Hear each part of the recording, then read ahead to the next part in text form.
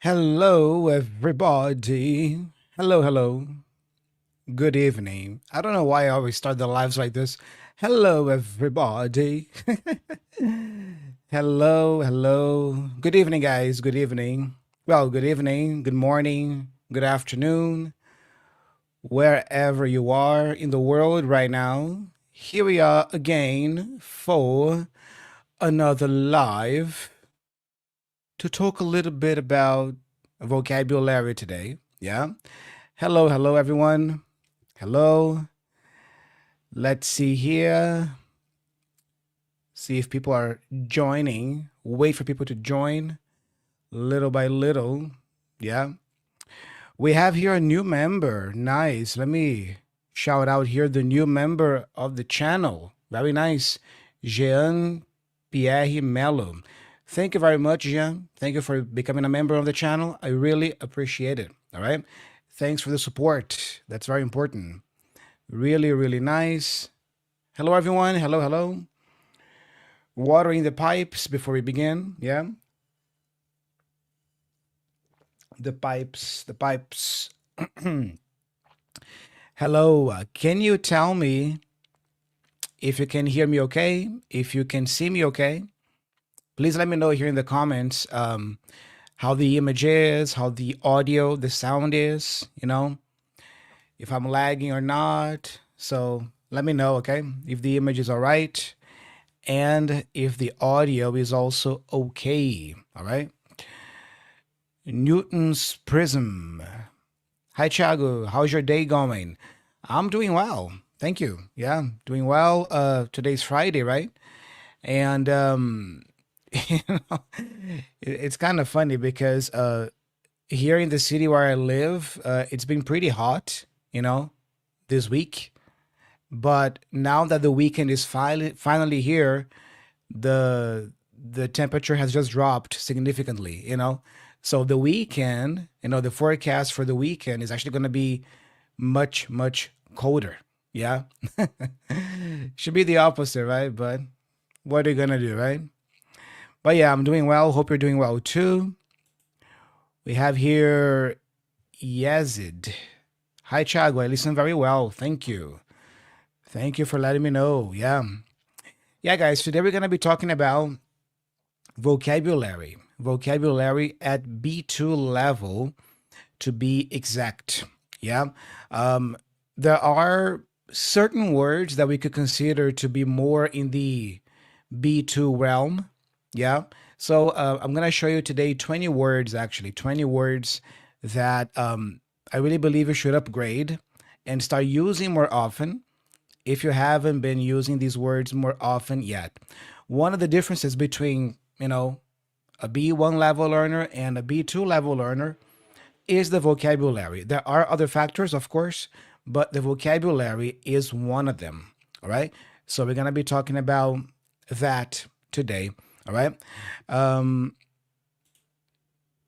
Murad. Hi, Thiago. I'm glad to see you again. Yeah. Likewise. Yeah. Thanks for joining. Yeah. Nice to have you here too. It's going to be great. Yeah. Really, really cool. By the way, guys, this is a very nice word that you can use, likewise. The word likewise. A viewer just said, I'm glad to see you again. I could say, yeah, I'm glad to see you again too, or I'm glad to see you too, but I don't have to do that. I can just say likewise. Or for example, imagine somebody says, "Oh, I had a great time at the party last night. It was great." And then you can say likewise. It means that I had a great time too. It's a great way to agree with someone. Or even the very basic greeting, nice to meet you. When you greet someone or when you meet someone for the first time, and then the person says, nice to meet you, you don't have to say, nice to meet you too, although it's okay, but you don't have to do that. You can just say, likewise. So, nice to meet you. Likewise. Yeah, just like that. Let's see here some comments we got. Jones Costa. Hi, teacher. How is your week so far? I've been following you since last year. Since then, I've improved my English skills a lot. By the way, I am Brazilian as well. Very nice. Thanks for the support, Jones. I think you were here last week, right? For last live, I believe. Yeah. So welcome back. Yeah, welcome again. Glad to know you've been following me for a while and that the videos have been helping you. That's nice. Really, really cool. Neji Hosha, good evening. Good evening. Yes. How are you, Neji? Hope you're doing well. Yeah. Hope you are doing well. Very nice. Okay, guys. So I'm gonna get started today with the presentation, and then if you have more questions or comments, I can address them more toward the live. Okay. People say that they can hear you well, so good to know. Yeah. So let me get started here today, and we've got um, some words to cover right here. So, from basic to brilliant, from basic vocabulary to brilliant vocabulary. All right. So, yeah, today I'm going to be showing you guys here some examples of what could be considered B2 vocabulary, okay? Upper intermediate vocabulary. Elevating B1 vocabulary to B2 proficiency through collocations and more sophisticated word choices. Let's talk about that a little bit. We're going to start with this very example right here. Good. The word good. So, good is okay to use. It's fine to use, but there are better options. You can say excellent or even outstanding. You see, the word outstanding is much more advanced than the word good, right? So try to use that more often. By the way, what are collocations? I think it's nice to ask you here if you know what collocations are. Could anybody let me know in the comments what collocations are? What are collocations? Let me know if you know what collocations are. I think it's nice to explain that first, and then we continue with the words here, because a lot of that has to do with collocations as well. So what is a collocation in English? When it comes to English vocabulary, we have collocations. What are collocations? Let's see here if somebody tries to answer that, or let me know if you know what that means. What is a collocation in English? Collocation.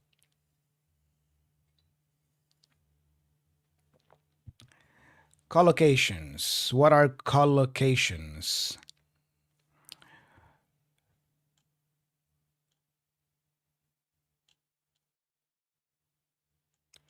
Do we have any brave souls to attempt to answer collocations? What are collocations, guys? How would you define collocations in English?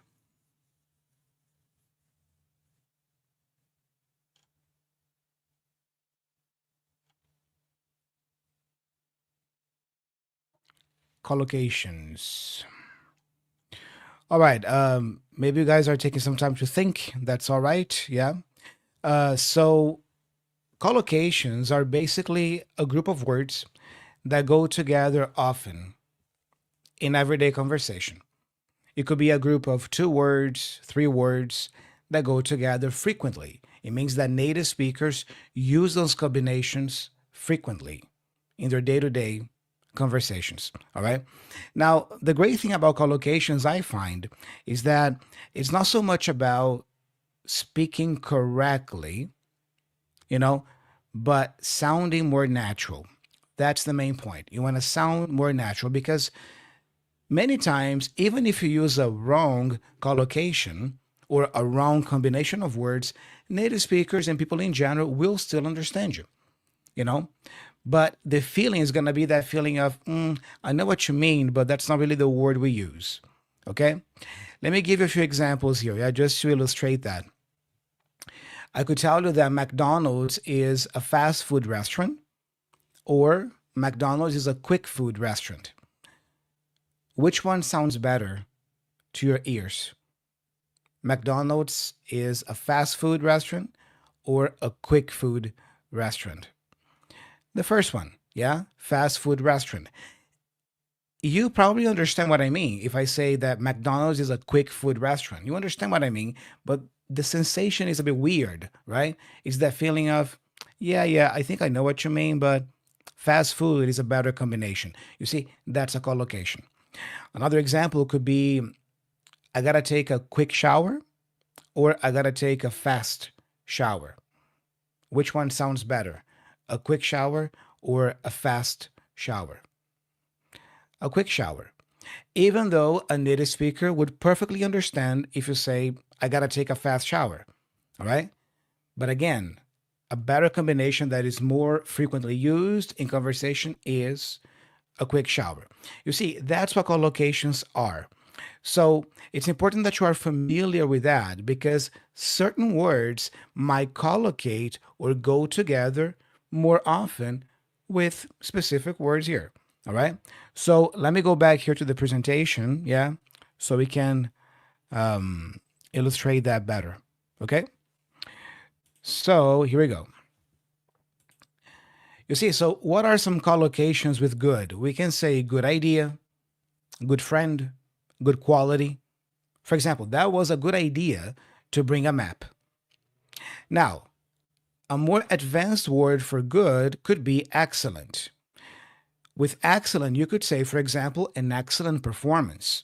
You see, these two words, they collocate, they go together frequently in everyday conversation. That was an excellent performance. And the word outstanding. Outstanding is a great word. Yeah, for you B2 learners out there who want to solidify your vocabulary, make sure you use outstanding more often, like outstanding achievement or outstanding reputation. She gave an outstanding performance in the play. You see, it's like very, very good. All right. Let me go over some other options here for you. By the way, I really recommend you take notes. Yeah, if you are watching here, grab a notebook, take notes because, we have some nice vocabulary today. We have bad, right? The opposite of good, like bad weather. Yeah. But other synonyms could be awful or even terrible. So you could say, for example, an awful smell. Can you say bad smell? Of course you can. But an awful smell, you see, the word is slightly more sophisticated, slightly more advanced, more in the B2 level type of word, or a terrible smell as well. Okay? Now we have the word interesting, another popular word, interesting. What are some collocations with interesting? We can say an interesting book, interesting fact, interesting conversation. For example, I had a very interesting conversation with my professor. All right. About pronunciation here, you might hear two variations. You might hear interesting or you might hear interesting. All right. Both are correct. It depends on the region, depends on the accent. So if you hear interesting, that's fine. If you hear interesting, that's fine. All right. You might even hear interesting, just with an N sound, interesting. I had a very interesting conversation. Okay. But what are other synonyms for interesting? You can say captivating or even fascinating. You see, a captivating story, a fascinating subject, a fascinating insight. The speaker offered a fascinating insight into the history of art. You see the difference? So, Abby 1, it's fine to say the speaker offered or the speaker gave, an interesting speech, right? But if you can use the word captivating, you see, you sound slightly more advanced, slightly more sophisticated, and it's even a bit more powerful. Yeah, that word carries more power than interesting, captivating, fascinating. You see? Just for you to see some differences here, yeah, between B1 language and more B2 type of language. As you go to B2, The words get more sophisticated, but not that crazy sophisticated. Not as sophisticated as C1 level, let alone C2 level, But the words, let's say that at B2 level, the words start becoming more interesting. Okay? They start becoming more captivating, more fascinating. You start using different words. We have the word happy as well, which is pretty basic, pretty straightforward, right? We can collocate with happy birthday, like happy and birthday, right? So happy birthday, a happy family, happy ending. A story can have a happy ending. A movie can have a happy ending. For example, they lived a long and happy life together. You see? But what are more advanced variations for happy that you can use? Delighted. Delighted is a great one. Or thrilled, even. Thrilled. Now we have the voiceless TH here, okay? Th. So thrilled. Thrilled. Both mean very happy. So, delighted to meet someone. I am thrilled with the results of something. I am thrilled to bits or thrilled to pieces. That's an idiom. It's an expression. When you are thrilled to bits or thrilled to pieces, you are super happy, It's more of an expression. It's like you are so happy that it's like your body is, being dismantled into pieces. I know it's kind of a weird imagery, but that's what the expression is about, You are so happy that, you are exploding, with joy. So thrilled to bits or thrilled to pieces. All right. So we were thrilled with the results of the survey. You see? Can you say we were very happy with the results of the survey? Of course you can. There's nothing wrong with that. But you see, at B2, you want to start taking more of these risks with the vocabulary and pushing the vocabulary, a little bit more. Yeah, using different words. We were thrilled with the results of the survey. You see the difference? Hopefully, you can see the difference here, all right, in sophistication and how advanced it sounds, okay? Moving on here, we got from sad to miserable. Same thing. Sad, pretty basic word. A sad song, sad news, I got sad news, or a sad story. The movie had a very sad ending. You see? Now, stronger options here could be depressed. That's a stronger synonym. Or even miserable. If you are miserable, you are very, very sad. You see? So some collocations with depressed could be clinically depressed. With miserable, you could say miserable existence. I actually like that collocation. Miserable existence, We humans, worry about our miserable existence all the time. Yeah, that sounds really cool. And feel miserable. When you feel miserable, you feel very sad. But you see, again, it's fine to say, I'm very sad. But if you can say, I'm feeling miserable today, or she was miserable after she lost her job, you see, that's better vocabulary, the kind of vocabulary that is more expected from a B2 learner. You see, the constant rain made me feel completely miserable. All right, you see, really, really cool, isn't it? Very nice. Moving on here, we have making changes. We have the word change. So you can change clothes, you can change your mind, and you can change direction. Change your mind, I really like that phrase. It's a fixed phrase, yeah? When you change your mind, you change your opinion. Maybe you were thinking A, but then you changed your mind and now you are thinking B. You see? He decided to change his mind and not go.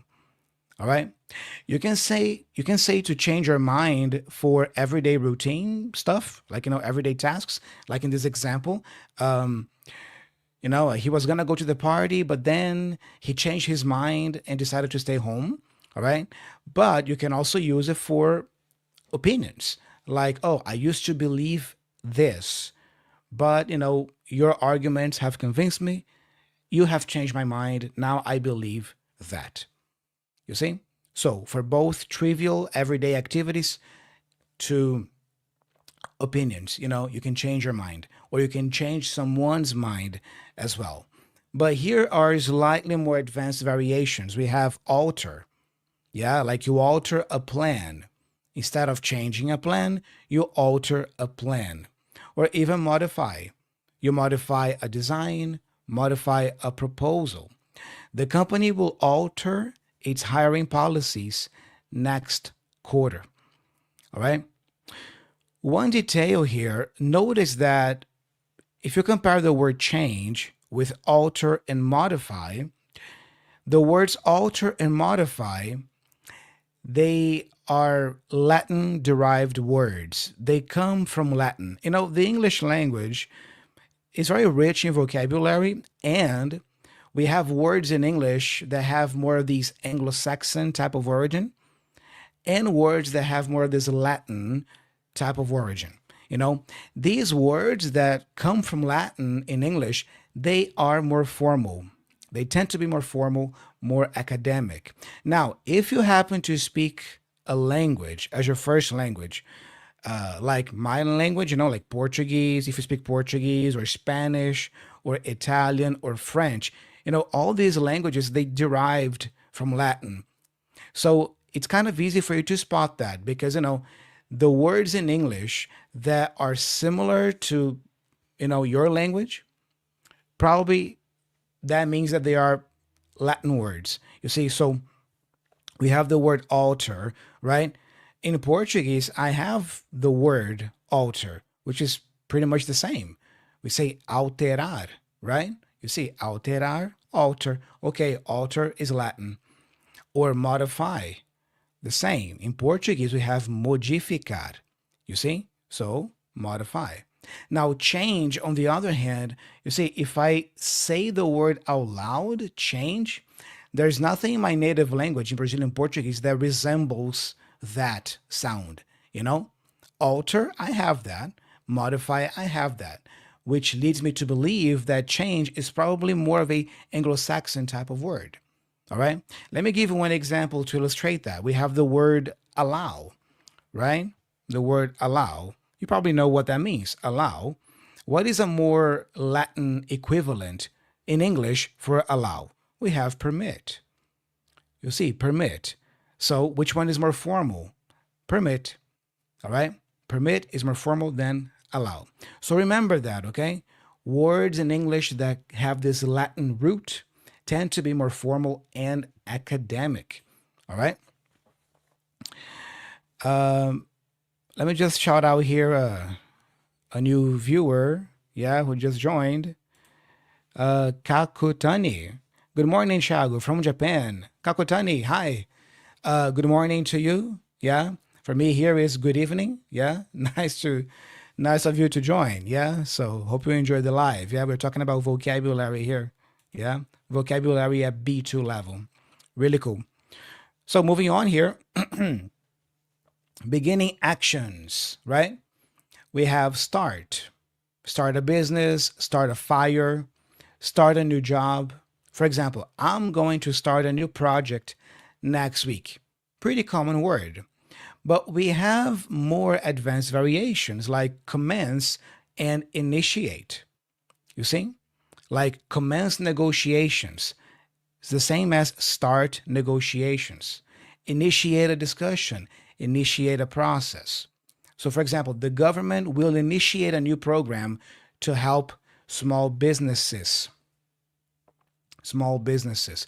You see, again, if you compare start with initiate, initiate is more formal and advanced because of the Latin root. Just like commence, in Brazilian Portuguese, for example, we have the verb começar, right? Começar. The equivalent in English is commence. By the way, did you know? Did you know that we have this word in English? Commence. So, for example, maybe our live here, this live on YouTube, starts, right? It's a pretty everyday occurrence, right? The vibe here is more casual, more informal, but maybe a wedding ceremony commences, you see, or a commencement address. You know, the commencement address is that speech that usually a person gives in graduations. You know, by the way, one of the most famous commencement addresses you can watch on YouTube is Steve Jobs' commencement address at Stanford University in 2005. Yeah, he gave a very nice speech, on that day. That was a commencement address. Why? Because it's the address, is the speech that commences the graduation ceremony, that starts. You see? That's why we call it commencement address. All right? This is interesting to point out as well, yeah? Small businesses. Notice that businesses here is in the plural form. So I add the ES. So business is one, singular, one business, okay? Now businesses, that's more than one. You see?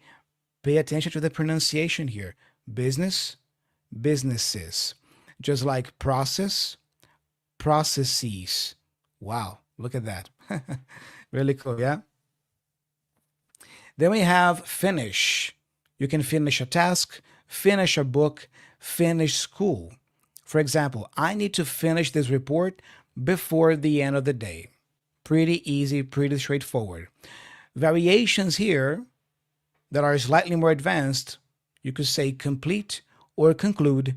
You complete a survey, conclude a meeting, conclude an agreement. All right? We were able to conclude the negotiations successfully. Today, we are not talking about colloquial language, but colloquial language is also an aspect of vocabulary that you want to study and learn more about if you are a B1 level learner who wants to become a solid B2 level learner. Okay? Why do I say that? Because, for example, to conclude a meeting is fine. It's correct. And it is more formal because I'm using the word conclude. But there's also the colloquial version here, which could be wrap up a meeting. To wrap up a meeting is to finish it. We should bring it to an end, bring it to a close. But see, wrap up is more colloquial. It's a phrasal verb. Yeah. So you want to kind of learn both kinds of words, words that are more advanced and even formal academic, but also the colloquial version to communicate things. Yeah. So in a more formal situation, you might hear conclude a meeting. Let's conclude the meeting now. But in a more everyday situation, in a colloquial situation, you might hear let's wrap up the meeting. All right. Time to wrap up. So both types of vocabulary matter to a B2 level learner. Okay? Of course, we have the verb get.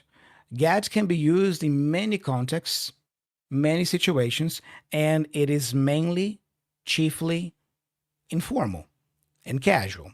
So you can get a job, get permission to do something, get a letter. I need to get a visa to travel.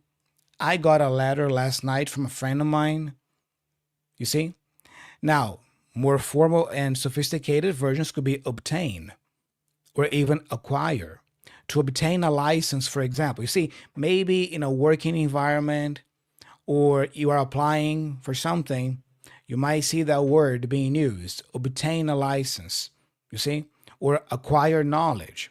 I use the word acquire all the time in my videos. I find, acquire the English language, acquire new words, right? I like that word. I like the sound of it, to acquire. Yeah. And, acquire is the verb form for acquisition, which is the noun, right? Language acquisition. So acquire a company. You see? He managed to obtain all the necessary permits for construction. You see, a professional type of sentence, more formal. Yeah. Instead of he got the permission, to build the thing. That's much more, informal. Can you imagine that? Like, he got the permission to build the thing. Yeah. Much different than he managed to obtain all the necessary permits for construction. You see? There you go. Yeah. Moving on here, we have emphasizing importance. All right. So some words that collocate with important, an important decision, important role, important factor. It's an important factor to consider. You see? So decision, role, factor, all these words often go together with important. In other words, they often collocate with important. All right? But more B2 level type of word here could be crucial. Yeah, with a similar meaning. Crucial or even significant. A crucial decision. You see, that's a very important decision. Or significant impact or significant change. For example, the study had a significant impact on our understanding of the disease. You see? And also remember this, yeah? Something always has an impact on something else, not in. Okay? Prepositions can be tricky for learners, I know. So memorize this one. Okay? Something has an impact on something else. Impact on, impact on. Prepositions are like, you gotta memorize them. You need to memorize them. There's no particular rule. Most of the time, you just gotta memorize them. So through consumption, through exposure of English and practice, you should memorize these. Just like probably by now, you have memorized that it's listen to, right? Listen to music and not listen of music, right? But why do you know that it's listen to music? Because you have heard that and you have seen that combination many times. You see? So also make sure you memorize this combination, an impact on something. About the word crucial, I use the word crucial all the time myself as well, in my videos.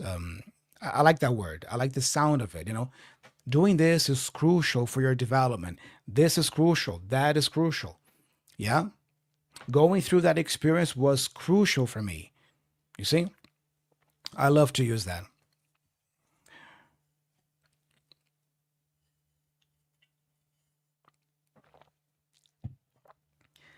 Then we have here describing difficulty. Easy, for example. Easy is more of a B1 type of word, so an easy task, an easy question, an easy way to do something. Now, you can also say the word simple, okay? A simple task, a simple question, a simple way, or even one of my favorite words, straightforward. Again, I use straightforward all the time in my episodes. Just go back and watch. You will see. Yeah? Straightforward. Straightforward, crucial. These are words that are part of my active vocabulary. I use them all the time because I like them. Yeah?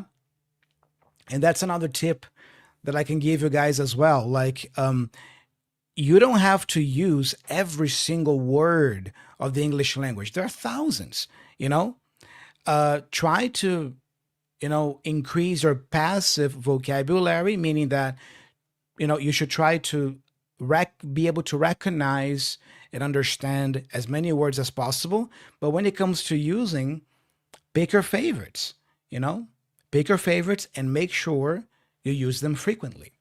All right. So, straightforward.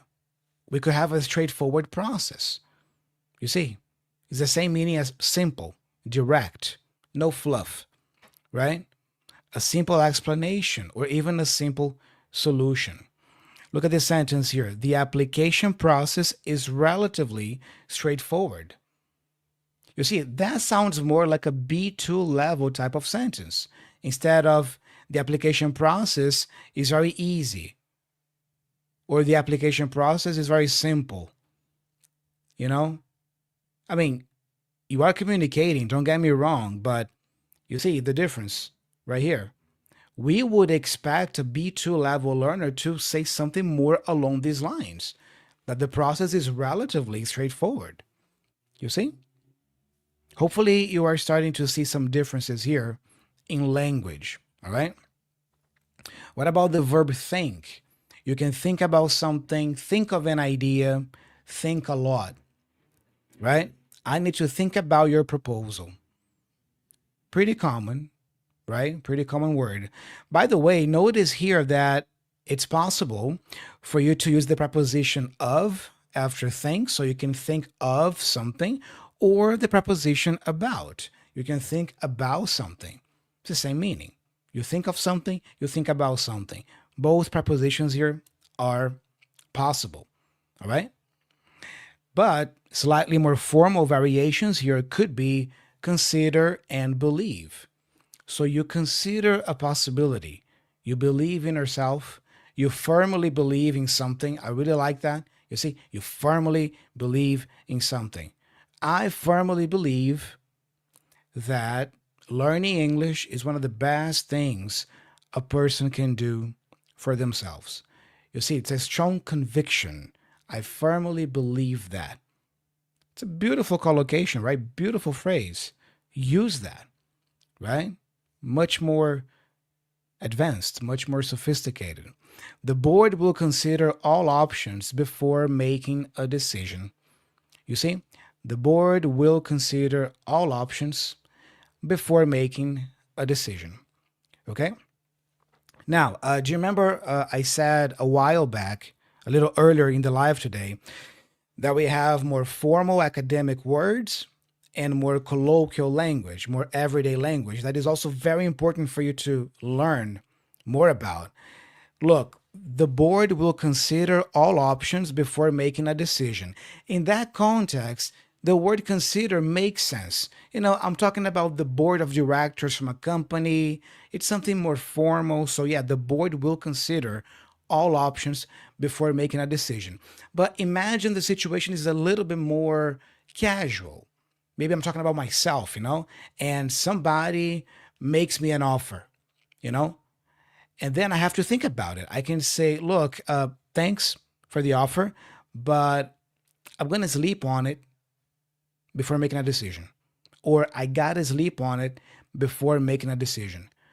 You see, that is more colloquial. I need to sleep on it.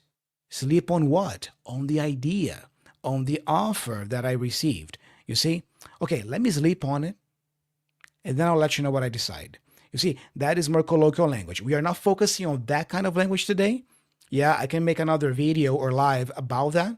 Today we're focusing more on the more formal or academic type of word here. All right?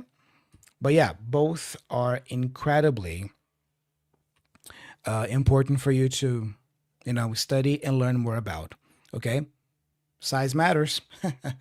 We have big and huge, right? So you have a big house, big problem, big difference. For example, there's a big difference between the two products. All right? But you can also use the words enormous or even substantial. An enormous amount. Look at that. An enormous amount of money, for example, or a substantial increase. Can you hear that? Listen to that combination. A substantial increase. Wow. There has been a substantial increase in the number of people using AI recently. Look at that. A substantial increase. Really cool, yeah? Or even a substantial sum. A substantial sum of money, right? The company made a substantial investment in new technology. You see?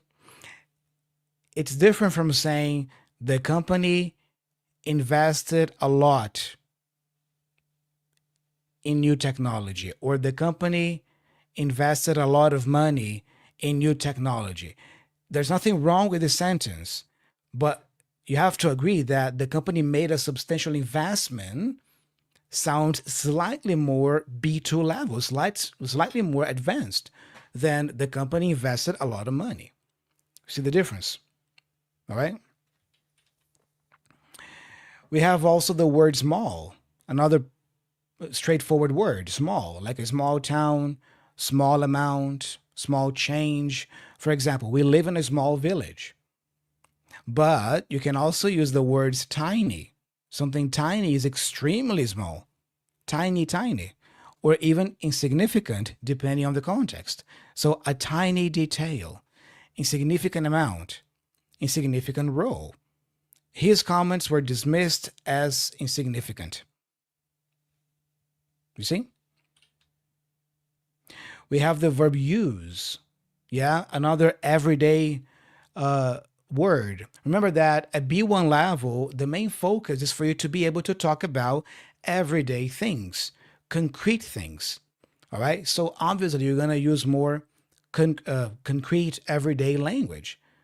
But if you want to move to a solid B2 level, you have to start discussing more abstract topics as well. So now the vocabulary also needs to change a little bit.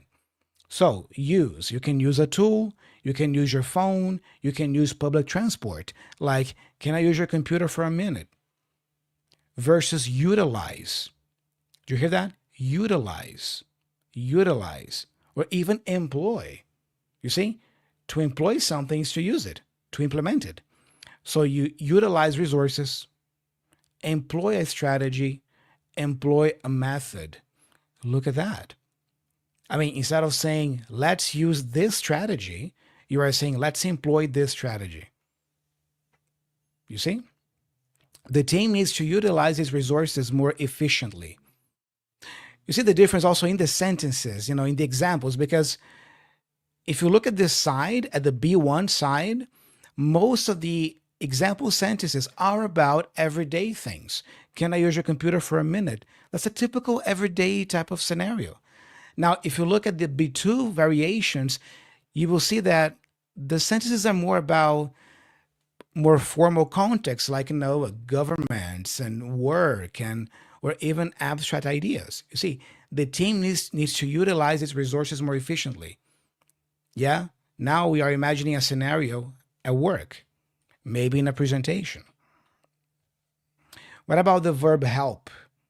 You can help a friend, help with a task. You can help out someone. My sister came to help me with the move. That's fine. But you can also use assist or aid as well. Assist a client, aid in investigation, financial aid or financial help. A medical professional will assist with the procedure. You see, so if you want to sound more casual, you can say to someone, can I help you? All right? Can I help you? Now, if you want to be slightly more formal, you can say, how may I assist you today? How may I assist you today? You see, how may I assist you today has a different feel to how can I help you today? See? We have also the verb look for. You look for a job, you look for your keys, look for an answer. We are looking for a new office space. Versus seek or even search for. You seek a solution, seek advice, search for evidence. They will seek a court order to prevent the action. Notice that all these words here are commonly used in everyday English, I'm just trying to point out here to you the difference, in terms of formality or even sophistication. And also the idea is for you to have a wider range of vocabulary, have more options in your repertoire of words, Instead of, you don't have to use look for all the time. You can also use seek or search for. You see? That shows good range, wide range of vocabulary at B2 level. All right? Find out, a very common, very popular phrasal verb. You find out information about something, you find out what happened, you find out a secret. Find out is kind of similar to discover, as you can see there. So I called the company to find out their opening hours. Now, discover is a possibility that is, of course, more formal. Yeah. So you discover a cure, for example. You see? So that's another point. I just mentioned earlier that Latin derived words tend to be more formal than Anglo Saxon derived words, right? But also phrasal verbs. Phrasal verbs in general, like find out, look out, they tend to be more informal, more casual. Now, if you have to be a little bit more formal, better to use just one single word that has that meaning, like discover. You see? So we also have the word ascertain. Wow, that one is already even, I would say it's already getting to C1 level, actually, not even B2 level.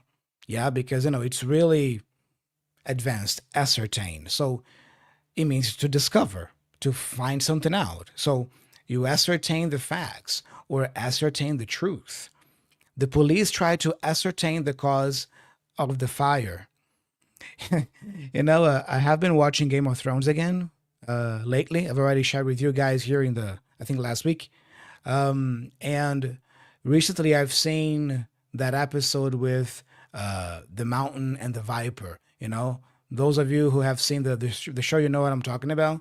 It's the one where Oberyn Martell, he fights against the Mountain, and then before the fighting begins, the trial by combat begins.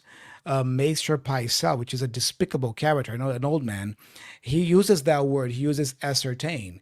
He goes something like this: "We are here to ascertain the guilt or innocence of this man, Tyrion Lannister," But he uses the word ascertain. We are here to ascertain this man's guilt or innocence. In other words, we are here to discover, to find out if this man is guilty or innocent of the crime he's been charged for. But he uses the word ascertain. It was actually a coincidence when I was preparing this material today that I remember, oh, yeah, I saw that on Game of Thrones recently. But you see, just to go back to the topic of last week's live about movies, right? And series, that's why it's very important, guys, for you to have the habit of watching movies and TV series regularly. You make these connections, these associations, like, oh, yeah, I've heard that word before in that show, in that episode, in that movie. You see? It's really cool. What about the verb make? You make a decision. Guys, okay, remember that, yeah? You make a decision. You don't do a decision, okay? Do a decision? No, that's wrong. It goes back to collocation. Remember I told you about collocations? If you are speaking to a native speaker and you say, do a decision, oh, I got to do a decision, the person will understand you. But the feeling is going to be like, and in their minds, they're going to be thinking, okay, I know what you mean. Make a decision. Yeah? That's the proper word, okay? You make a decision. You don't do a decision. You make a plan. You make a mistake. You don't do a mistake. You make a mistake. So we need to make a plan for the weekend. Now, slightly more advanced variations here for make. Formulate. Formulate. Or even more like C1, type of word, devise. Devise is awesome, So you formulate a policy. You devise a strategy. You devise a scheme. You see? Is this idea of creating, making. So the committee was asked to formulate a new policy on privacy. What about eliminate and dispose of? You see? Eliminate and dispose of. So we have eliminate a threat, dispose of waste, dispose of evidence. It's like you get rid of it. Again, a more casual, even colloquial way of saying this would be get rid of something, which is quite common. You hear that a lot in movies and series, right? Oh, I gotta get rid of this. I gotta get rid of that. I got rid of my old computer. I got rid of my old TV. Very everyday type of language, okay? More formal could be eliminate. You see? Eliminate a threat, dispose of waste, dispose of evidence. All right? So the company needs to dispose of its chemical waste safely. All right? So these are some examples of words that you can use in order to increase your vocabulary range in the English language. I try to give you here today some more A2, B1 type of words, words that are more basic, simple, straightforward, and their equivalent that are more what we could consider B2 level words. Some of them even C1 level words, like device, for example. All right. So make sure you study the possible contexts and situations you could use these words in. All right. And start incorporating them more often. By the way, let me share that here in the chat. I just remembered a very useful website that you can use for this. I'm going to share with you guys here in the chat. All right. Because, we talked also today about collocations, right? So I highly recommend you use this website also to learn more collocations. Let me see if you guys got that. Yeah, there you go. You see? Freecollocation.com. That's the website, freecollocation.com. It's a online collocation dictionary by Oxford. It's free and it's amazing. You go there, you type in a word, for example, the word make. Type in the word make there. And then the website, the dictionary, is going to give you a bunch of other words that collocate with make. So probably you're going to see there make a plan, make a strategy, make a decision. So you can learn which words often combine with which words, So do take a look, add this resource to your vocabulary studies and practice because, I think it's going to help you a lot. Okay? Really nice, guys. But now, as usual, it's time for some Q&A. Yeah, so let me just get my Q&A animation going on here. Excellent, you see? Now, I have some time here for quick Q&A with you guys. So if you want to ask me some questions, if you want to say something, you can share here in the comment section. I'll be looking at the comment section now. Okay? And let me see. Octavia, hello, sir. I am Indri from Indonesia. I like the way you speak English. Hello. Yeah, thank you. I appreciate that. Thanks for following. Thanks for being here. I really appreciate that. Paulão. Okay, the best English teacher from Brazil. You are the... Okay, I'm not going to say that word. You are the effing best, bro. Thanks, man. Appreciate it. Appreciate the support. By the way, that word, if you don't want to say it like, you can say effing, It's a way of using the word without saying it. You are the effing, Or another, let's say, way of using that word but not really using it could be freaking. Freaking is like, a way to replace the word, the F word, and it's not really a curse word. So, you are the freaking best. All right. But yeah, thanks. I appreciate that. Anderson Oliveira, how could I reach C1 level? That's a good question. Very good question. Anderson, you can start with vocabulary. Like, these examples of words that I gave, that I shared with you guys today, most of them are not particularly C1, I would say. They're more in the B2 category, but some of them are, like devise, for example. Yeah, you devise a plan, you devise a scheme, So, and the word thrilled as well that we went over today, delighted, yeah. So vocabulary is one area that you really have to look at. It's about learning new words, and not only new words, but also synonyms. One recommendation here, if you have good level of English already, make a list of words in English you already know. Maybe start with a list of 10 or 20 words. From the top of your head, just write down words you know. And then try to think of at least one synonym for each word. If you can't think of one synonym, learn more. Yeah, learn 2 or 3 different ways to communicate the same idea. All right, so that's definitely one area you have to look at, the vocabulary. You know, also the grammar. You know, inversions is a good topic for you to study. You know, inversions. That's what I mean. That's the name of the topic. Master all the conditionals, all the perfect tenses, you know, passive voice, reported speech, all these constructions. Yeah. But I would say that C1 is mainly about vocabulary and C2 even more. All right.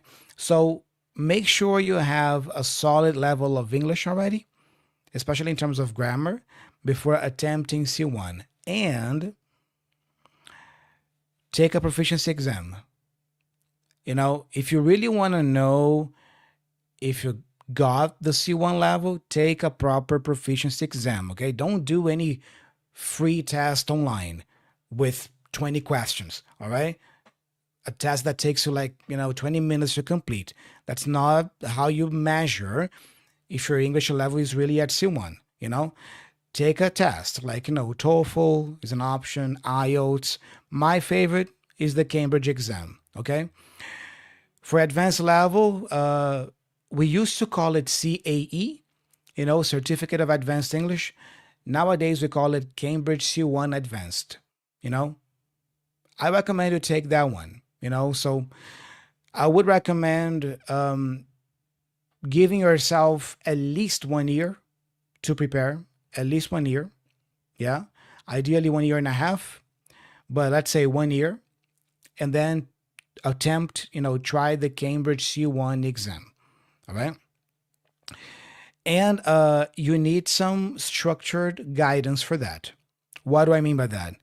Either enroll at a school that offers specifically C1 prep classes. Specifically, it's a course that specifically prepares you for the exam, for that exam. Or you can get a private teacher to help you with that for 6 months or a year. Or you can also prepare by yourself with a proper course book, a course book that directly prepares you for that exam. Okay? So that's what I would say. You need preparation.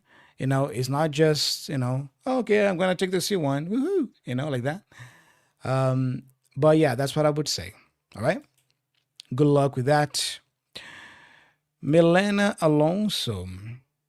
Oh yeah, Milena. I mean, I think I remember you. I mean, from previous videos. You have left some many comments, yeah, on the videos. Thanks for that. So good evening, Thiago. This is my first time here live, but I'm always here hitting the like button because you deserve it. Thank you so much. Yeah, I remember you. Yeah, I've seen you a lot in the comment section. So thank you for the support. You're the best Brazilian teacher I've ever seen. Thank you. Yeah, appreciate it, Milena. Thanks for the support. Makes me thrilled.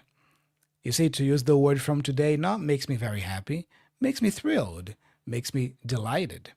You see? Alexandre Souza. Hello, good evening, sir. I find it so funny that you guys call me sir sometimes, so respectful. Yeah, thank you. Yeah, thanks for the. I mean, I know I'm graying out. Yeah, I have some gray hair here, but yeah, that's funny. Alexandre, why is it so difficult to understand native speakers? First of all, Alexandre, do you mean native speakers from where? We have to start there, Do you mean native speakers from movies like Americans? Yeah, American speakers in movies? British speakers? Because, the accent is totally different. Yeah, but I'm going to assume that you are talking about the typical accent or English you hear in American movies, at the Hollywood movies, American English. So why is it so difficult to understand native speakers? You gotta train your ears for a long time for you to start recognizing the sounds. So if you don't have the habit of listening to a lot of native speakers yet, you have to start doing that. I recommend watching, a clip of something every single day for a few minutes where you are listening to a native speaker talking. It could be a podcast, could be a movie clip, could be a TV show clip, but you got to be listening to that every day and be patient because, your listening skills, they take time to develop. Okay. Little by little, you start recognizing patterns, sounds, and words. But to get technical with you, connected speech is a big deal. Okay. You got to learn and be able to recognize connected speech patterns because native speakers, and that is not just in the USA, in other countries that also speak English natively, they use connected speech in their sentences. They cut, reduce, connect sounds in the sentences. It's not that they speak necessarily fast, but they speak connected. You know, for example, this phrase, I think I can write it here. Wait a second here. Let me see. I'm going to write a comment here just as an example, okay? Just a second. Just to illustrate what I'm talking about, okay? So let me pull it up on screen. All right, look at this phrase. I have got to get out of here. Okay? I have got to get out of here. Notice that if I try to pronounce every single word and every sound, it sounds kind of robotic. Okay? It sounds weird. I have got to get out of here. That's not how fluent speech happens. What do you usually hear in movies and series and even in everyday conversations? I gotta get out of here. Yeah, I gotta get out of here. What am I doing here? First of all, the have, I'm not even pronouncing. I'm not even saying I have. I drop it completely. I just say I got. And then got to, I join with this sound, gotta. So the two becomes a da, da. It's the flap T sound, da. Gotta. So I gotta get outa, get outa. So you see, outa, the of is reduced to a schwa sound, to this sound. And I join the T for out as a flap sound, da, with the O for of. So outa. I'm not saying out of, ouchie of, out of, outa, outa, outa here, outa here. So I gotta get outa here. I gotta get outa here. So you can practice like that first, like slowly and in chunks, in groups. And then as your mouth starts becoming familiar with the articulation and the sound, you can start speeding it up. I gotta get out of here. Yeah, I gotta get out of here. I gotta get out of here. I gotta get out of here. You know? So that is the main reason why it's hard to understand native speakers. It's usually, if you are already an intermediate level learner, it's not vocabulary, it's not even grammar, it's more your familiarity with connected speech. Sometimes, yes, you might not understand something because of the expression or the word that they're using. Yeah. But, I find that that's actually quite easy to fix. If you're watching a movie, you hear a word or expression you don't understand, you just pause, look it up in a dictionary. That's it. You learn the meaning. It's easy to fix. But getting your ears trained to recognize these connected speech patterns, and there are quite a lot of them, and not only getting your ears trained, but ideally getting your mouth trained to also speak that way because, it makes you sound more fluent. That takes time. That takes work. It's not overnight. It's really muscle memory that you got to build. So that's it. But it is possible. It is totally possible to fix that and to learn that. Okay. I have a pronunciation course, The Sounds of English. I teach all that in the course. The main connected speech patterns that you hear in movies and series, the main sounds of English, So if you don't have that yet, might want to, get it. Darlan Martins. Hello, people. Hi, teacher. Hello, Darlan. I remember you, man. Yeah. Nice to have you here. Yeah. And you send me another message here, right? Thank you for your work and effort, Thiago. A huge hug. Yeah, man.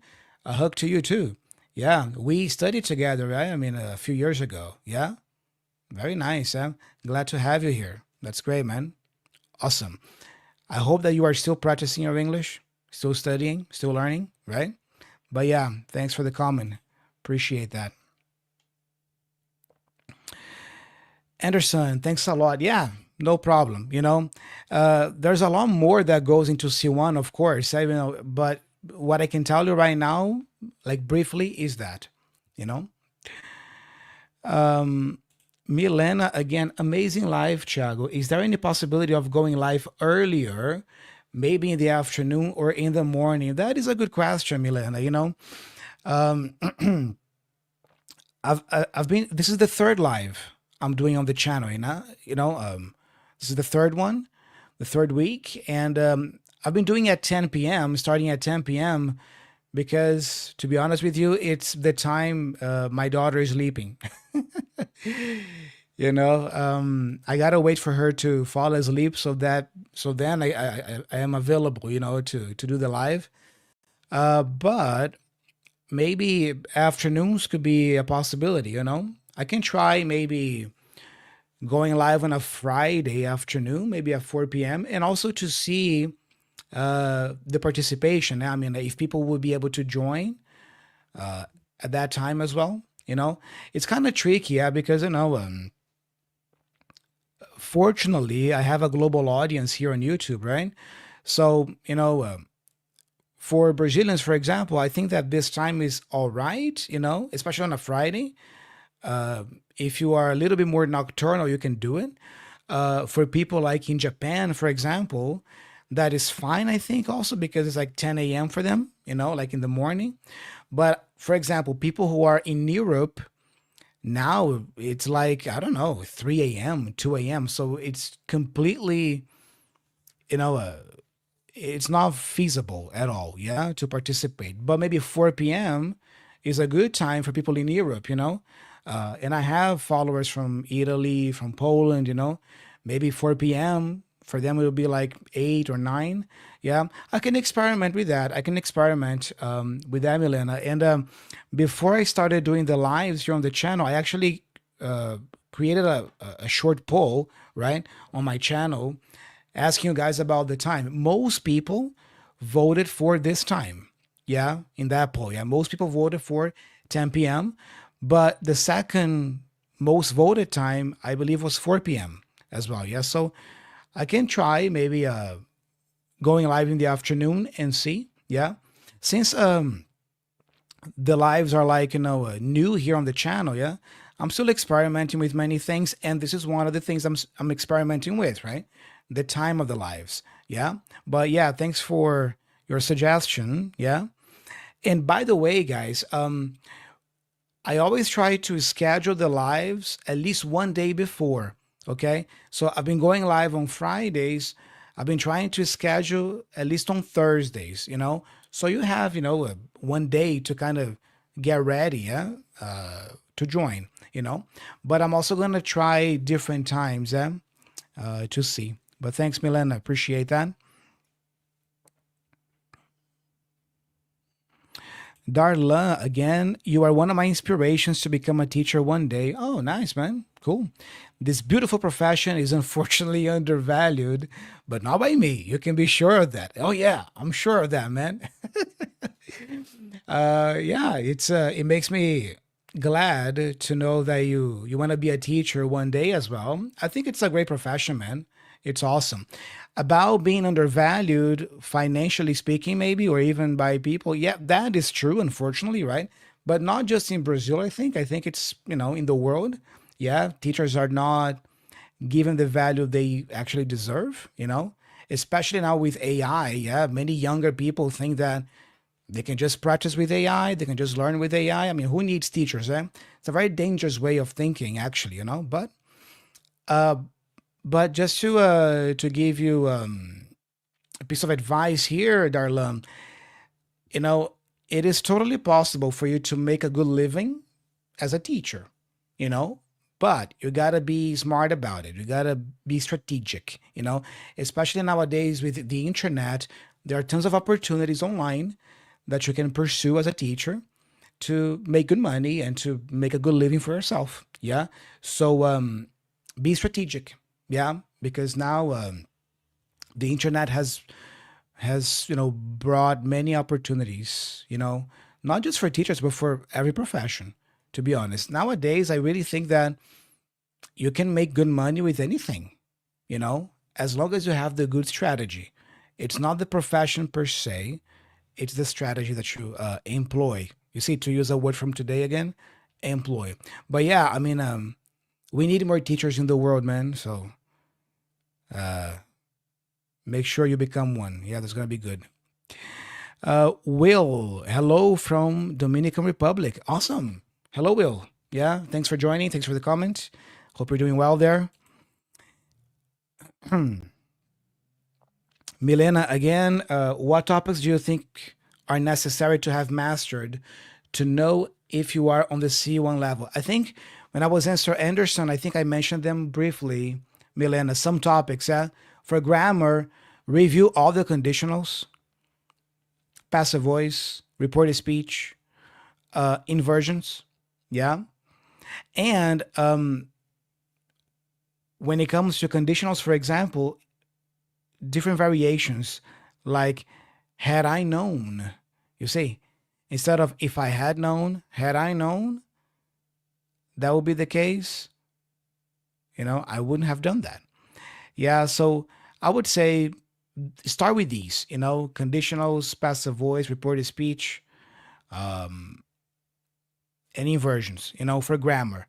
And vocabulary, well, I think reading is great, reading books, reading articles, because by reading you improve vocabulary considerably. Yeah, because vocabulary is also a huge component, right, of C1 level. All right.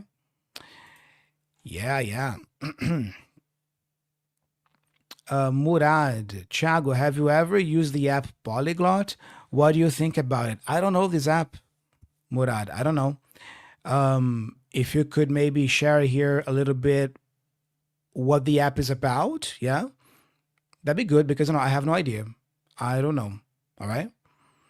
So I will have to see it first to have an opinion. Yes, it again. Let me see here. Something that I'm doing with your episodes are I print one of the episodes, and first of all, I listen to the episode. And after that, I read until 5 times, and I also try to practice every new word. Very nice. You mean you print the transcript, right? I imagine you got the transcript on YouTube, right? You print it, and then you listen, and then you read the transcript, right? Yeah, that's great. That's awesome. So keep doing that. Yeah. It's very easy to get transcripts nowadays to audio files, so take advantage of that. Last week I was talking about movies, right? And I remember when we used to rent the VHS tapes, we would rent the movies in VHS with the audio in English, but that's it. I mean, the subtitles were always in my native language. There were no VHS tapes with audio in English and subtitles in English. It was much harder for you to have these two things, the audio of something with the transcript, with the words, Then when the DVDs became popular, that, they made it easier because then you could change the subtitles to the audio. And now with the internet and streaming services, every streaming service, Netflix, they have subtitles in multiple languages, YouTube as well. Yeah, so take advantage of that, guys, because it's very easy nowadays to get transcripts to audio files. It wasn't that easy in the past, okay? Like 35 years ago, it wasn't that easy. Let me see here what else we have. Matsuri Banks. Matsuri Banks, right? Mr. Neko Matsu.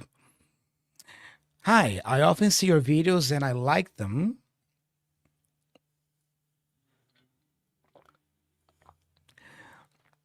Let me just water the pipes a little bit, guys. Water in the pipes. You see, this is a colloquial expression. To water the pipes. It means to water the vocal cords, all right? The pipes. So, my question is how or what is the best way to do shadowing? uh, there are two ways, basically, Matsuri. One is you listen to the segment, you pause, and then you repeat right after. Okay? So, first you listen, pause, and then you repeat. So, imagine I say, I gotta get out of here. You listen to that, you pause, and then you go. I gotta get out of here. I gotta get out of here. How did he say that again? Let me go back. I gotta get out of here. Okay. Another way is you try to imitate the speaker simultaneously, you know? So as I'm speaking now, you try to imitate me, or follow me, shadow me at real time, you know? Um, I usually post the episodes on the podcast with the animated subtitles, right? So it's that, like, you are listening to me and reading the subtitles at the same time, and then you try to speak along with me, you know? That is simultaneously. Or you pause, listen, pause, and then you do it. Personally, what I always did was pausing. I never did simultaneous shadowing. Never. Okay. So I shadowed many movies back in the day, movies and TV series with DVDs. So I would always listen to a segment, a phrase, pause, and then repeat, and then I would go back, play that segment, that phrase again, pause, and then repeat. That was my process. For me, that worked better because, trying to speak at the same time as the video, it's kind of, for me, it's a little bit weird, and it's kind of, I don't know, kind of polluted, to me, it's just too much noise pollution, like too many voices at the same time trying to speak together, my brain just can't take it. No, so I prefer to listen to the segment, pause, and then repeat. Okay. See if that works for you. All right.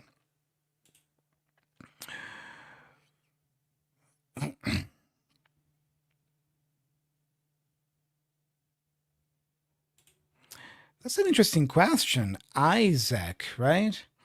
Hi, Chagu. Sir, I'm very glad to meet you on your live stream. Thank you. Yeah, welcome. I'm a beginner English teacher from Uzbekistan. I'd really love to know why teaching English for free is a bad idea.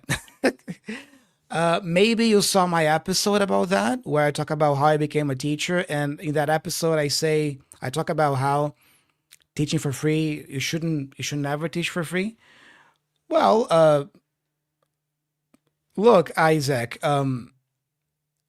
is English teaching the way you plan to make a living, the way you plan to support your family, pay your bills, put food on the table? Or is teaching English maybe volunteer work that you want to do? If it is volunteer work, by all means, teach for free. You know, it's volunteer work. But if you have ambitions to make this your profession, your career, the main way you're gonna support your family financially, put your kids to school and that kind of stuff, no way. I mean, charge from day one. If you don't have a lot of experience teaching, charge maybe a lower fee, and then work up from there. Yeah. But no, I mean, in my opinion, you should never teach for free. I mean, guys, this is just, to me, it's beyond me. Yeah. Would you expect like a lawyer to work for free? A doctor to work for free? Like, can you imagine that? Like, you walk into the lawyer's office, yeah, and then say, hey, can you offer me a 1 hour consultation on this legal problem I have here for free? I mean, there are, public lawyers that do that, but it's not free. I mean, they are being paid for that with, tax money, you know? It's like, to me, it's ridiculous, I mean, again, to go back to a comment from Darlan, yeah, about how teachers are undervalued. I mean, if we want to change that, we teachers have to start changing that too. If you don't see your value in how you price and in how people will never see it. I mean, I think the first person to see the value is you know, and then, you take it from there. Yeah. But, it's kind of sad, man. I see so many teachers charging little for classes or charging or not charging at all. I mean, and then they struggle. They struggle financially. Why? Because, they themselves are not valuing their work. And think about it, Isaac. If you are teaching English, it means that you have learned this language, right? You have learned this language well, you know, and there are many people in our country and in the world who also need to learn this language, who want to learn this language. You possess knowledge that is, you know, uh, it's expert knowledge, you know, it's knowledge that is on demand that people need. Why would you do it for free? Why would you charge, why would you teach people for free if that is supposed to be your profession, you know? I mean, to me, it's just beyond me. Yeah. So, no, I believe that never teach for free, never teach for free. And when people, there is, guys, I like to watch videos about businesses, business and entrepreneurship, and I saw this quote that was really cool. Yeah, the quote goes like this: when people pay, they pay attention. When people pay a lot, they pay a lot of attention. So it's also connected to that. We tend to value things more when we pay for them. When we open our wallets and invest in them, then we do what's necessary. We do the work more. If you get something for free, you know this. If you get something for free, are you going to value that? Maybe so, maybe yes, but it's not our nature to do that. You know, like somebody gives you something for free. Like, okay, thank you. Yeah, that's nice. Yeah. But if you have to pay, and if you have to pay a significant amount of money for that, you better use it because you invested money on it. So think about that as well. Yeah. I think it's also it's good for you and good for your students, when your students have to pay because then you get more committed people. You don't want to have students who are not committed. You know, you don't want to have those kind of students. They're terrible. Yeah. So yeah, there you go. Hopefully that helps. Yeah. Nanny Mariana. Hello, teacher. Hello, Nanny. Hello, hello. Hello. Darla. Yeah, man, I remember you, of course. Huh? Yeah, yeah, for sure. Uh, Hakan, 18. Hello, Chago. Hello. Good to have you here, man. Thanks for joining. Let me see here. Eddie Aguilar. My name is Edgar and I'm from El Salvador. Nice. I listen to your podcast on Spotify every now and then. I just love it. Thank you, Eddie. Appreciate that. Let me see if there is any more questions here.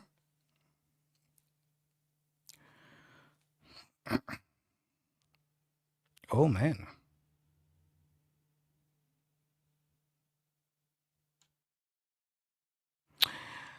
Hakan, I can try to answer that. Let me see. I want to know your thoughts on something I want to do. Basically, I want to study in college, and I'm confused between studying English, I imagine, and translation, and international relations, and maybe diplomacy, or maybe want to become kind of a diplomat type of person. Yeah, like an ambassador. Yeah, and You left some more comments here, right? I want to work internationally and meet other cultures and explore the world and work at the same time.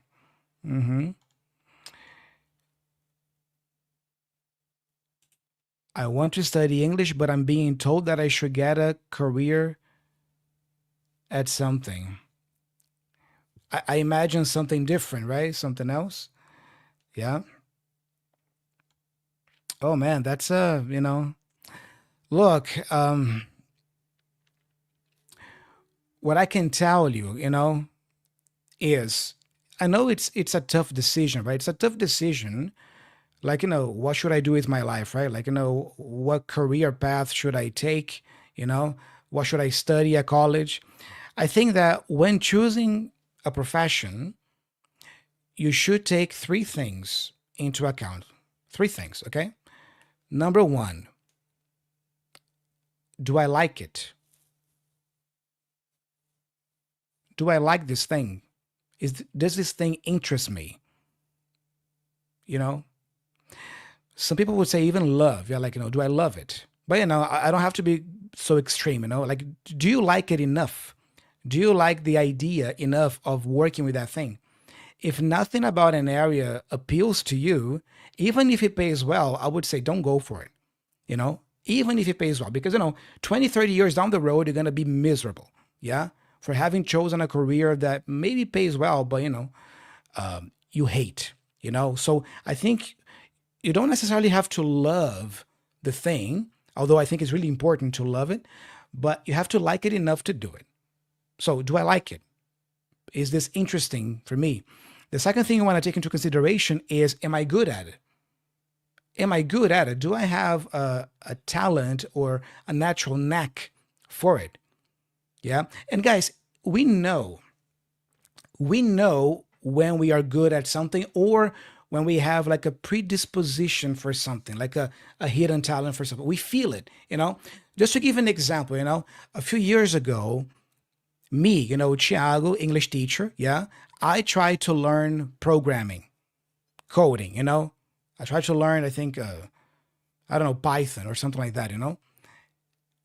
It was horrible. I mean, for me, I could feel, as I was doing the lessons, I could feel my brain, you know, uh, exploding. It was a lot of mental effort. Why? Because, it didn't come to me so naturally. Like, the way to structure the algorithms there and the language and the code. For me, it was just too much, you know? Now, languages, on the other hand, speaking, communicating, explaining things, you know, those things come much more easily to me. Yeah. So, I think I'm never going to be like a great programmer because, it's just not in my brain. It's not how I'm not good enough for that, you know? Now, with languages, that's a different story. Yeah. So I think it's about also knowing your strengths, right? Understanding your strengths. So think about it like that. Am I good at it?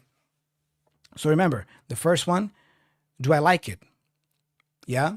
Ideally, you want to love it, but do I like it enough to do it?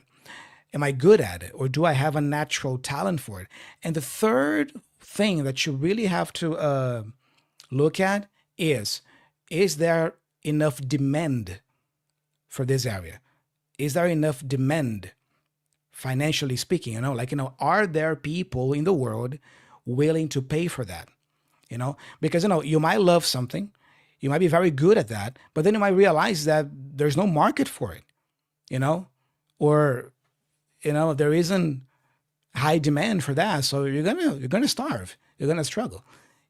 So I think that choosing a career or profession to pursue, you gotta find a combination of these three things. You gotta like it, it's gotta be interesting for you, you gotta be good at it, or at least feel like you can do well with it, and it's gotta be something that people are willing to pay for. Like, there is market demand, there is money in it, in that industry, in that area. Otherwise, you struggle. Okay, that's what I can say. Hakan, hope that helps. Yeah, hope that gives you some things to think about. Yeah, but yeah, I know it's a challenging decision. You know, Milena, I do shadowing the same way as you, Thiago, and it has worked perfectly. I can't talk in other people's rhythm. It sounds strange. Yeah, exactly. Yeah. To me, it's just, it's weird. It's confusing. You know, for example, there are writers who need complete silence to write, you know, and there are writers like one of my favorites, Stephen King, who love to write their stories listening to hard rock music. Listen to rock music and writing, you know. I can't do that, you know. I need the dead silence, yeah, to be able to concentrate. It's just too distracting. So speaking simultaneously with people, you know, to me it's too much. Yeah. Hi, Thiago from Japan. Hello. I think I remember you. I think you were here last week or 2 weeks ago. Yeah. But I I wish I knew how to pronounce your name, you know. But hello again. Thanks for being here. Let me see here.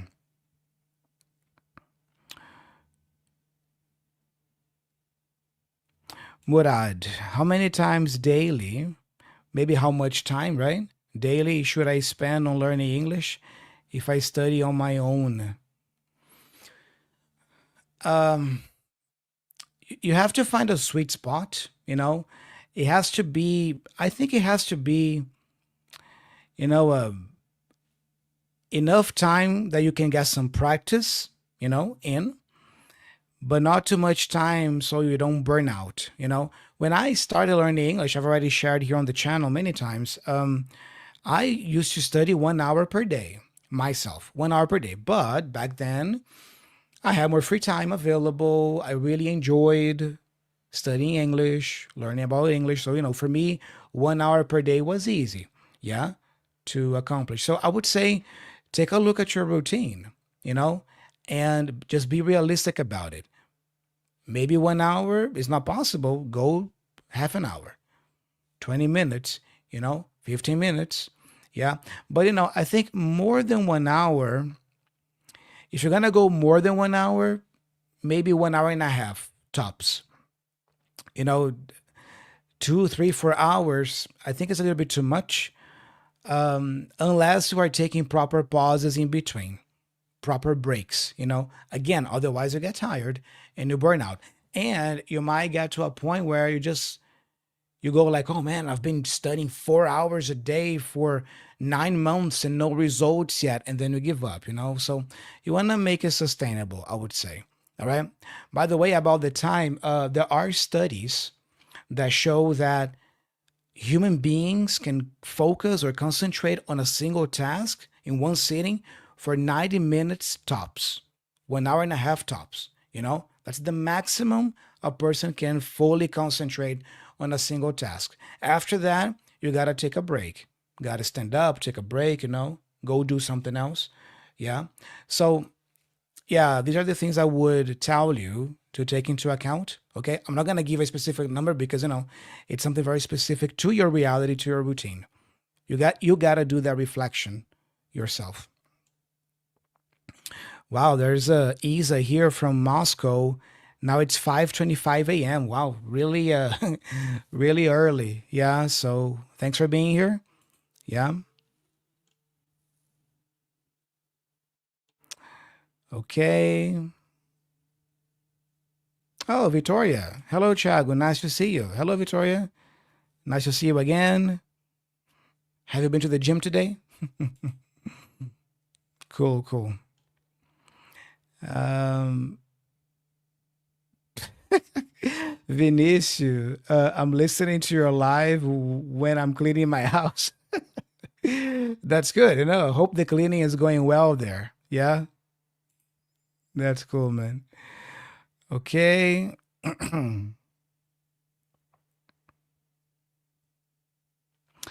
Habitante continental. I think the phonetic alphabet is not a good point to start, but it is mandatory beginning to learn it in some point. Yeah, I think you mean the International Phonetic Alphabet, right? The IPA. It is very useful. I know that those symbols can look kind of confusing, at first, but once you understand them, once you know what each symbol represents in terms of sound, it's great. Yeah, I mean, they help a lot because when you look up a word in the dictionary, you have the phonetic transcription under it. If you know the symbols, you know how to pronounce the word. Yeah, correctly. Yeah, so I know it's kind of it takes a learning curve, yeah, because it's a lot of symbols, but it's worth it. Yeah, at some point I agree, yeah. At some point you got to learn that. Fabio Lopez. Hello, Thiago. Greetings from Bolivia. Bolivia, nice. I have learned a lot with your videos. Thanks so much. Thank you. Yeah. Thank you for following. Appreciate that. Saulo Teixeira. Hi, Thiago. First time in the live. Hey, Saulo. Welcome. Yeah, welcome. Uh, uh, uh. Carolina. Great topic, teacher. Thank you. Yeah, yeah, yeah. Appreciate that. Okay, okay. Interesting.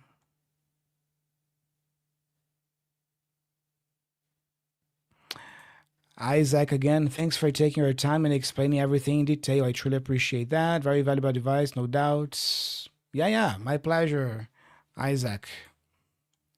Glad I could help in any way.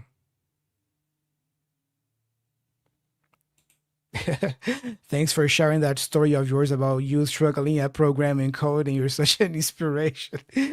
Yeah, yeah. I failed completely at that. My brain just can't get it, I mean, it's just it's not my thing at all. I truly respect people who have that talent and who can do that, but it's not for me at all. Yeah. Um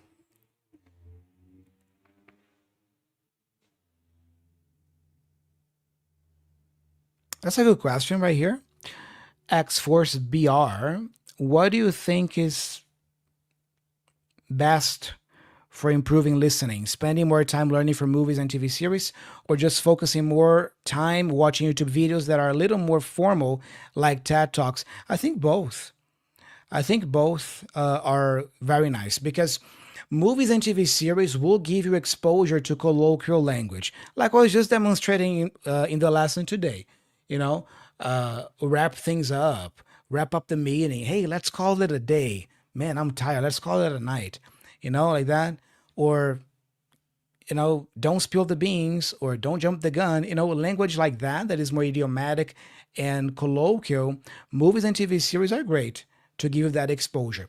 On the other hand, more formal videos like TED Talks are great for more sophisticated academic words, maybe giving you some inspiration on how to present also to an audience. So I think that both formats are valid. It's just they have different purposes. I would say go with both. Use both.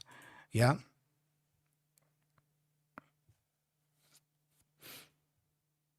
Oh, Angel again. Yeah. Hi, Angel. Yeah, you were here last week, right? So thanks for being here again.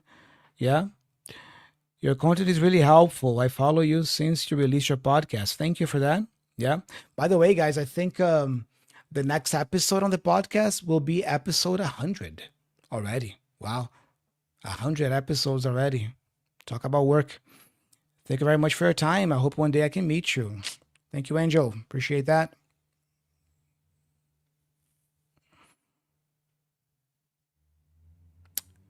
Vinicio, what do you think about the full immersion method to study? Full immersion, I imagine, like, being immersed in the language, right?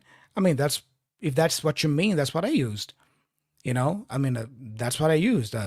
I made sure I immersed myself in English as much as possible. Even though I was in my home country, it's like my little bubble, my world was all about English. I created that immersion for myself in my mind and in the immediate things around me. It's totally doable. You just gotta want to do it. You gotta do it, yeah? But you have to want to do it, right? But yeah, I think it's extremely effective. It's what I did, yeah, immersion. But I would say proactive immersion, okay? Active immersion. I think many people nowadays confuse immersion with passiveness. You know, oh, just watching movies in English, that's enough. Oh, just being in an English speaking country doing an exchange program, that's enough. No. Okay. It is the environment, yes, it is the immersion, but it's also your mental, proactivity, yeah, as a learner, yeah, like really thinking about the language carefully, all the details, being careful when granular in your studies, it's more that being curious. Curiosity is a trait of a successful language learning, being curious about the language. So, yeah. José Vicente Martins. Hi, Thiago. I would like to thank you for many things you did for me. You're welcome, Jose. Glad I could help you, yeah, in any way.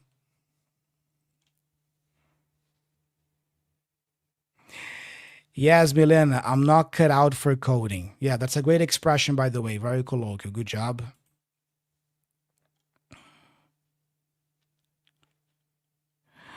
Ah, that's a good question here. Yeah, pronunciation, right? Jonathan, the word managed, the ED is hard to say. Some tip. The pronunciation is managed. Managed. The D here has a T sound. It's a jit, jit. Managed. Managed. I want to double check something here before I continue.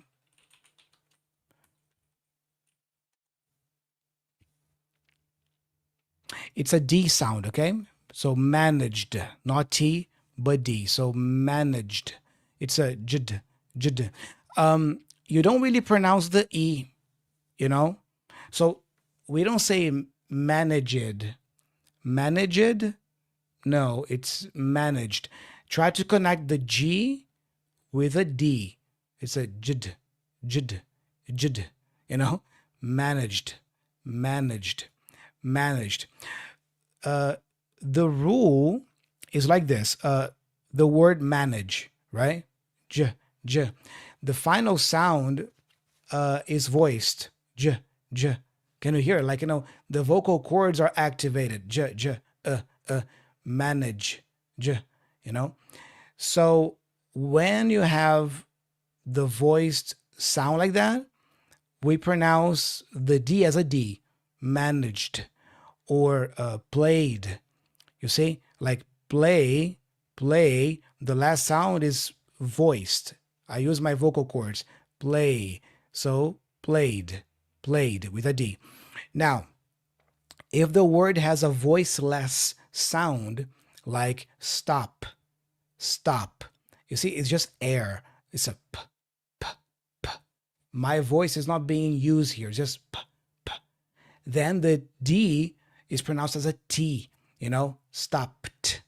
stopped, or worked, it's a work, k, k, voiceless, k, k.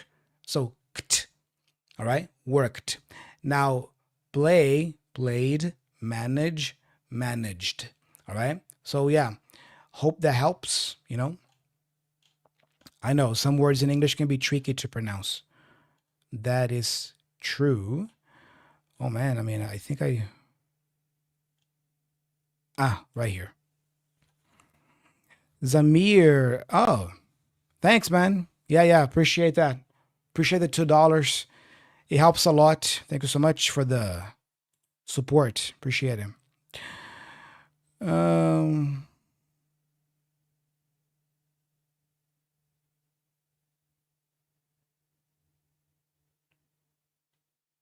Anderson again. How to solve this problem of forgetting the meaning of words you've learned? Maybe try to focus more on quality, not quantity, Anderson. Try to focus on one word, just one word. If you feel like you're forgetting a lot, just focus on one word. Learn one new word, and then tell yourself, okay, I'm going to use this word every day for the next 30 days. Like that, or I'm going to see this word every day for the next 30 days. Maybe learn the word, create 2 or 3 sentences with that word, and then read those 3 sentences that you created with the word every day, ideally multiple times a day, maybe in the morning, in the afternoon, in the evening, for the next 30 days. The more you see the word, the more you speak it out loud, the easier it will be for you to memorize. You might be trying to memorize or learn too many words at a time. Focus on quality, one word for 30 days. I promise. I guarantee you will start remembering that word more often, you know?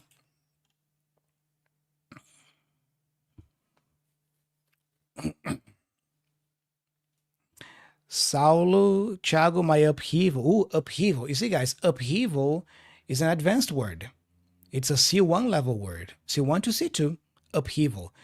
Like your struggle. Yeah, something difficult. So my upheaval is because I understand you very well, 90% of the videos. But when I listen to Bill Gates, Donald Trump, and others, I have a lot of difficulty to understand.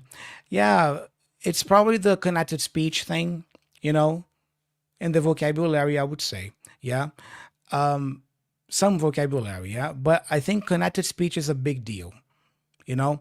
Familiarize yourself with how native speakers connect the sounds in the sentences, cut the sounds, join the sounds, and listen to them a lot. Yeah, that's gonna start helping you.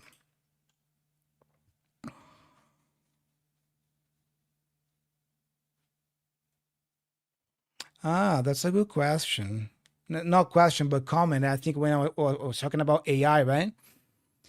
There are a lot of free resources such as AI tools where we can speak with them and they also correct our mistakes, but some people don't have enough discipline. That's true. Yeah. Yeah, that is true. Some people actually, would benefit from having somebody like a teacher, to keep them accountable. And there's nothing wrong with that. It's just like hiring a personal trainer. Why do you hire a personal trainer? Yes, to help you build your workout plan and stuff, but also to keep you accountable. You know, because it's very easy for us to give up. Yeah. Murad, you are the only person I can watch since the beginning to the end without a break. Wow, man. Thank you. Appreciate that.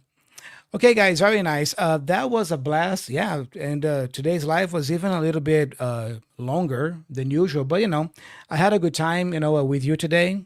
Hope you learned some new words today that you can use, some more B2 level words. And I had a great time also answering some of your questions here. I hope you found it useful. I hope you enjoyed it. All right. But now I'm going to be wrapping up the live. Thank you so much for hanging out with me today.